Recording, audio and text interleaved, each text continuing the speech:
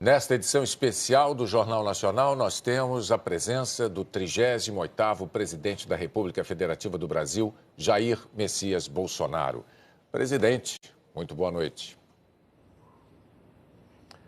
Boa noite, Bonner. Boa noite, Renata. Primeiro, parabéns por essa vitória ampla nas urnas. Muito obrigado desde já por abrir as portas da sua casa para o Jornal Nacional nessa noite tão especial, de um dia certamente que foi muito atribulado, tem sido para o senhor. Nós já sabemos que, em primeiro lugar, o senhor deseja agradecer aos eleitores brasileiros e é muito justo. Por favor. Eu quero agradecer a todos que votaram em mim, pelo apoio, pela confiança, agradecer pelas orações também. Afinal de contas, ao longo de 4 anos, não só durante a pré-campanha, bem como a campanha, nós tivemos uma bandeira baseada numa passagem bíblica, João 8,32. E conhecereis a verdade, e a verdade vos libertará. Está na hora do Brasil conviver com a verdade. Então agradeço esses que acreditaram na verdade e confiaram no meu nome nas urnas. Presidente, nesses poucos minutos que nós queremos aproveitar aqui à sua disposição para acalmar os ânimos que andaram tão acirrados ao longo dessa campanha. No primeiro dia, depois do segundo turno, o senhor disse aqui no Jornal Nacional que será um escravo da Constituição de 1988. No último sábado agora, na sua última aparição nas redes sociais, antes da eleição, o senhor estava com um exemplar da Constituição nas mãos e reiterou que todas as suas ações seguirão os postulados da Constituição. No seu discurso da vitória de ontem, o senhor disse que vai defender as liberdades e vai defender a democracia. Diante disso tudo, o que é que o senhor diria àqueles que ainda insistem em dizer que a sua eleição é um risco para a democracia? Primeiro, dizer-lhes que as eleições acabaram. Chega de mentira, chega de fake news. Realmente, agora estamos numa outra época. Eu quero governar para todos, como você bem disse, no Brasil, não apenas para os que votaram em mim. Temos uma Constituição que tem que ser realmente a nossa Bíblia aqui na Terra e respeitá-la, porque só dessa maneira podemos conviver em harmonia. Presidente, boa noite. Durante a campanha, o senhor já teve oportunidade de se desculpar por palavras mais fortes que usou em sua pregação sobre um projeto polêmico de educação sexual nas escolas. O senhor chegou até a pedir desculpas aqui no Jornal Nacional por ter se excedido no calor das discussões. Numa outra ocasião, o senhor disse enfaticamente não ter nada contra os gays. Depois disse que vai lutar contra aqueles que querem dividir o Brasil entre homos e héteros, entre brancos e negros, entre sulistas e nordestinos. Há relatos concretos sobre pessoas que têm agredido gays, verbal e fisicamente. Na campanha, o senhor repudiou o voto dos que usam a violência. Como presidente eleito, o que o senhor diria para aqueles que ousem ser preconceituosos e agressivos contra outro ser humano apenas por serem gays? A agressão contra um semelhante tem que ser punida na forma da lei. E se for por um motivo como esse, tem que ter a sua pena agravada. Agora, deixo bem claro, ganhei o rótulo por muito tempo de homofóbico. Na verdade, eu fui contra a um kit feito pelo então ministro da Educação, Haddad, em 2009 para 2010, onde chegaria nas escolas um conjunto de livros, cartazes e filmes, onde passariam crianças se acariciando e meninos se beijando. Não poderia concordar com isso. E a forma como eu ataquei essa questão é que foi um tanto quanto agressiva, porque eu achava até que aquele momento merecia isso. Bem, tivemos em parte sucesso, porque no ano seguinte a própria presidente Dilma Rousseff, depois de ouvir as bancadas evangélica e católica, resolveu recolher esse material, mas o rótulo ficou em cima de mim. E deixo bem claro que isso tudo aconteceu por ocasião, acredite, do 9º Seminário LGBT Infantil na Comissão de Direitos Humanos da Câmara, onde presente estava o então secretário de alfabetização do MEC, André Lázaro. E os senhores podem pegar as imagens no YouTube, onde ele dizia claramente que passou 3 meses discutindo até onde a língua de uma menina entraria na boca de outra menina para fazer o filme Beijo Lésbico para combater a homofobia. Então, eu acredito que essa agressão contra a família e contra a inocência das crianças em sala de aula é que resultou, na minha forma, um tanto quanto violenta, concordo, para tentar demover o Ministério dessas cartilhas, desses filmes e desses cartazes. Presidente, o senhor sempre se declara enfaticamente, aliás, um defensor da liberdade de imprensa. Mas em alguns momentos da campanha o senhor chegou a desejar que um jornal deixasse de existir. É indiscutível que a imprensa não é imune a erros e nem a críticas. E isso vale para qualquer órgão da imprensa profissional. Mas também é fato que a imprensa livre é um pilar da democracia.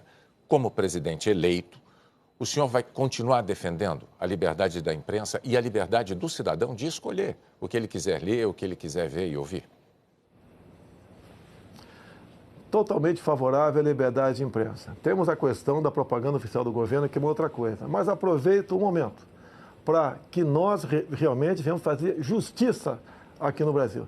Tem uma senhora de nome Valderice, minha funcionária, que trabalhava na Vila História de Mambucaba e tinha uma lojinha de açaí. O jornal Folha de São Paulo foi lá, nesse dia 10 de janeiro, e fez uma matéria e a rotulou de forma injusta como fantasma. É uma senhora, mulher, e negra e pobre. Só que nesse dia 10 de janeiro, segundo o boletim administrativo da Câmara, de 19 de dezembro, ela estava de férias. Então, ações como essa, por parte de uma imprensa, que mesmo te mostrando a injustiça que cometeu com uma senhora ao não voltar atrás, logicamente que eu não posso considerar essa imprensa digna. Não quero que ela acabe, mas, no que depender de mim, na propaganda oficial do governo, imprensa que se comportar dessa maneira, mentindo descaradamente, não terá apoio do governo federal.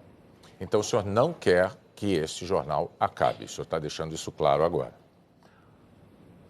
Por si só, esse jornal se acabou, não tem prestígio mais nenhum. Quase todas as fake news que se voltaram contra mim partiram da Folha de São Paulo. Inclusive, a última matéria, onde eu teria contratado, né, empresas fora do Brasil via empresários aqui para espalhar mentiras sobre o PT.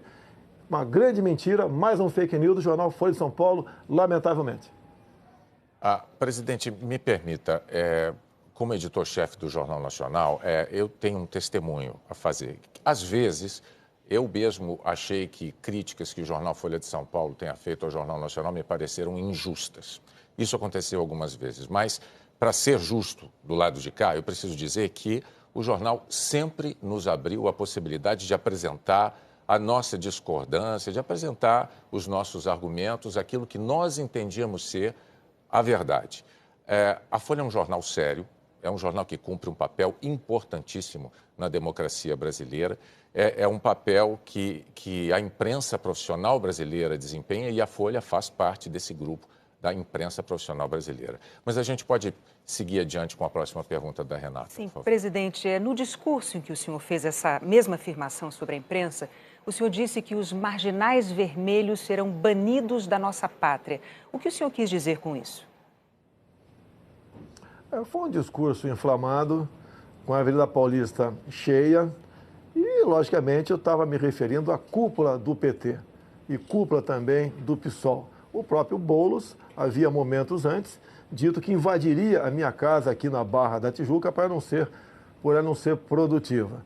Vimos o candidato do PT derrotado, em vídeo também dizendo que a crise no Brasil só acabaria quando Lula fosse eleito presidente. Então foi um momento de desabafo, é um discurso acalorado, mas não ofendia a honra de ninguém. O que eu quero dizer com aquilo? No Brasil, de Jair Bolsonaro, quem desrespeitar a lei sentirá o peso da mesma contra a sua pessoa.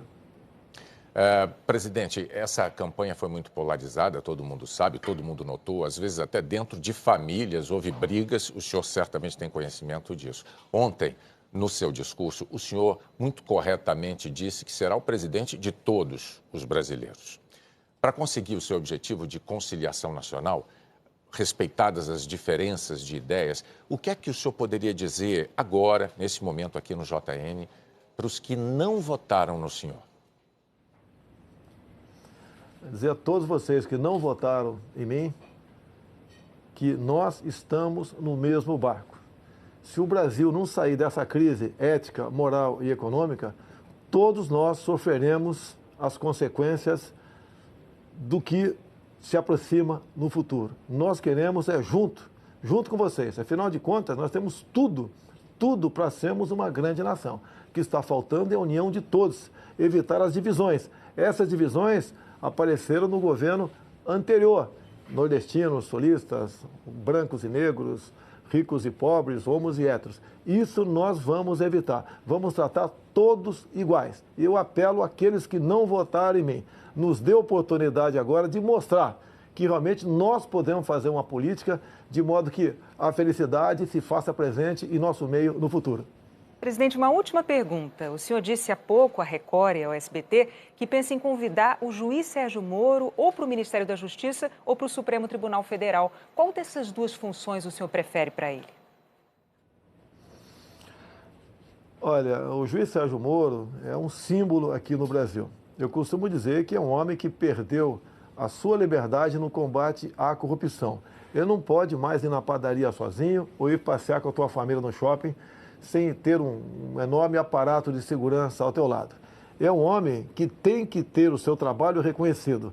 Para mim, pretendo conversar com ele brevemente, já foi feita essa sinalização positiva, pretendo convidá-lo para o Ministério da Justiça ou, seria no futuro, abrindo uma vaga no Supremo Tribunal Federal, na qual melhor ele achasse que ele poderia trabalhar para o Brasil. É um homem que tem um passado exemplar no combate à corrupção. Em qualquer uma dessas duas casas, ele levaria avante essa sua proposta. E a corrupção tem que ser banida aqui do Brasil. Ninguém suporta mais conviver com essa prática tão nefasta. Presidente Jair Messias Bolsonaro, mais uma vez, nossos parabéns pelo seu desempenho nas urnas, pelos votos que o levaram ao Palácio do Planalto. Muito obrigado por dedicar esse tempo aos eleitores brasileiros, usando o Jornal Nacional para isso. E nós agradecemos, não apenas em nome do JN, mas em nome de todos os eleitores. E em nome de todos os eleitores, pode acreditar, desejamos ao senhor um excelente governo. O Brasil precisa disso. Parabéns mais uma vez e boa noite. Bom, Renata, boa noite e muito obrigado pela oportunidade. Boa noite.